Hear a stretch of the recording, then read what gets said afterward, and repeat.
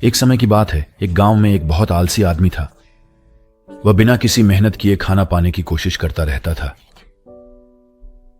एक सुबह जब वह गांव के आसपास घूम रहा था, उसने खाने के लिए कुछ सेब चुराने का फैसला किया।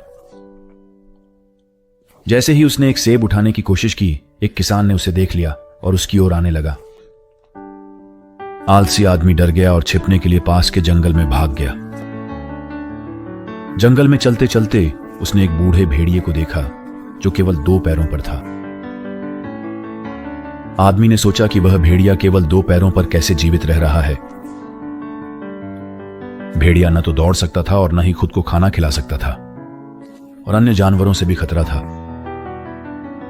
लेकिन वह खुशी खुशी चारों ओर रेंग रहा था। अचानक उसने देखा कि एक शेर भेड़िए की ओर मांस का एक टुकड़ा लेकर आ रहा है। आलसी आदमी ने खुद को बचाने के लिए पेड़ पर चढ़ गया, लेकिन भेड़िया वहीं रुक गया क्योंकि वह भाग नहीं सकता था। लेकिन आदमी की आंखें आश्चर्य से फैल गईं। शेर ने भेड़िए के खाने के लिए मांस का टुकड़ा छोड़ दिया। आलसी आदमी ने भगवान के खेल को देखकर खुशी महसूस की। उसने सोचना शुरू किया कि भगवान के पास हमेशा एक योजना होती है जो उनकी रचनाओं का ध्यान रखने के लिए होती है। फिर उसने विश्वास किया कि भगवान ने उसके लिए भी कुछ योजना बनाई होगी।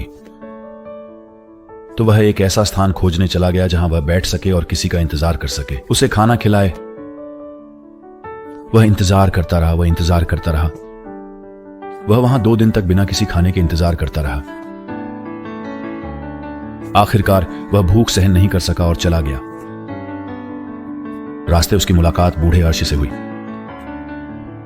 उसने आर्षि को सब कुछ बताया और पूछा, हे बुद्धिमान, भगवान ने लंगड़े भेड़िए पर दया दिखाई, लेकिन उसने मुझ पर दया क्यों नहीं दिखाई?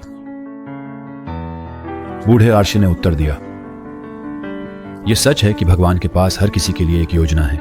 आप स्पष्ट रूप से उसकी योजना का एक हिस्सा हैं। लेकिन बेटे, तुमने उसके संकेतों को गलत तरीके से लिया। वह नहीं चाहता था कि तुम भेड़िए की तरह बनो, वह चाहता था कि तुम शेर की तरह बनो।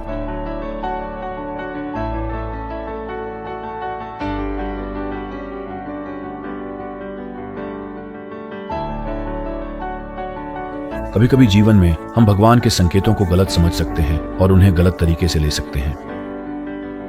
लेकिन निराश मत हो, शायद अपने अब तक के जीवन के बारे में सोचें।